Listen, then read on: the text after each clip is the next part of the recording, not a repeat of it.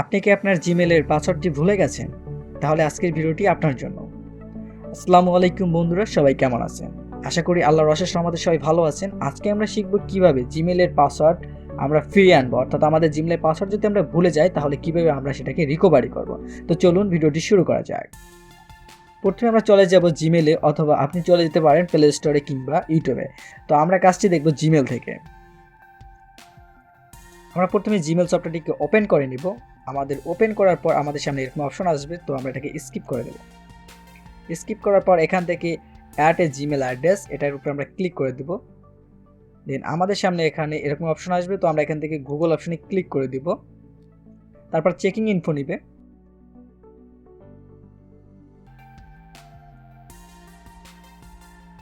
তো আপনাদের সামনে যখন এরকম একটি পেজ আসবে তখন আপনারা হয়তো এখানে এসে অনেকবার ট্রাই করেছেন, কিন্তু কোনোভাবেই আপনার জিমেলের পাসওয়ার্ডটিকে রিসেট করে নিতে পারেন নাই অথবা রিকভারি করতে পারেন নাই।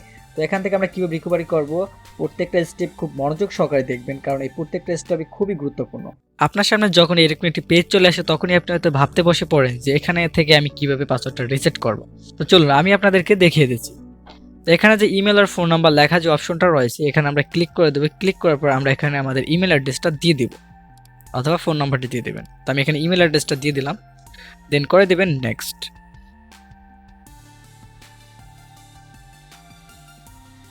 আমরা চলে আসবো এই পেজটিতে। এই পেজটিতে আসার পর এখান থেকে আমরা সিম্পলভাবে ফরগেট পাসওয়ার্ড উপরে ক্লিক করে দেবো, যেহেতু আমরা পাসওয়ার্ডটা ভুলে গেছি তাই। তো বন্ধুরা আপনার সামনে এরকম একটি অপশন চলে আসবে। এরকম অপশনটি আসার পর এখান থেকে লেখা আছে গেট এ ভেরিফিকেশন কোড।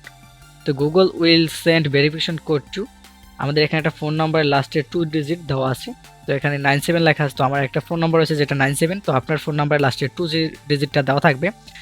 তো সেই ফোন নাম্বারটিতে আপনার একটা টেক্সট অথবা কল যাবে। আপনি এখান থেকে ইচ্ছে করলে টেক্সট দিতে পারেন অথবা কলও দিতে পারেন। তো আমি এখান থেকে টেক্সট দিব, তাহলে একটা SMS যাবে, অথবা কল দিলে আপনার ফোন কলের মাধ্যমে একটা কোড নাম্বার। তো টেক্সট দিলে সবচেয়ে বেটার হয়, আপনি টেক্সট দিয়ে দিবেন। দেন এটা অটোমেটিক নেক্সট পেজে চলে যাবে। আপনার সামনে 1 মিনিট অপশন চলে আসবে, এখানে ইন্টার দ্য কোড, এখানে একটা কোড নাম্বার চলে আসবে আপনার ওই সিমটাতে। সিমে কোড নাম্বার আসার পর আপনার সেই কোড নাম্বার এখানে দিয়ে দিতে হবে। আর সিমটা যদি আপনার ফোনে অন অবস্থা থাকে তাহলে অটোমেটিক এটা নিয়ে নেবে। তো আমার ফোনে অন, তাই অটোমেটিক নিয়ে নিয়েছে। দেন এটা নেক্সটে চলে যাবে। দেন তারপর আমাদেরকে এখান থেকে পাসওয়ার্ড দিয়ে দিতে হবে, নতুন পাসওয়ার্ড। তো আমরা এখানে ক্রিয়েট পাসওয়ার্ডের উপরে আমরা পাসওয়ার্ড দিয়ে দিব।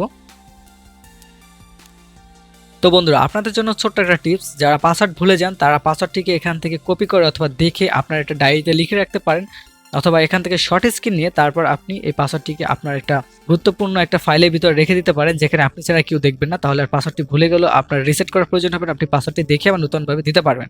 তবে আপনার জন্য বেস্ট হলো আপনি পাসওয়ার্ডটিকে লিখে আপনার ডায়েরিতে অথবা আপনার গুরুত্বপূর্ণ কোনো ফাইলের ভিতরে রেখে দেবেন। তো এখান থেকে আমরা এটাকে করে দেবো সেভ পাসওয়ার্ড।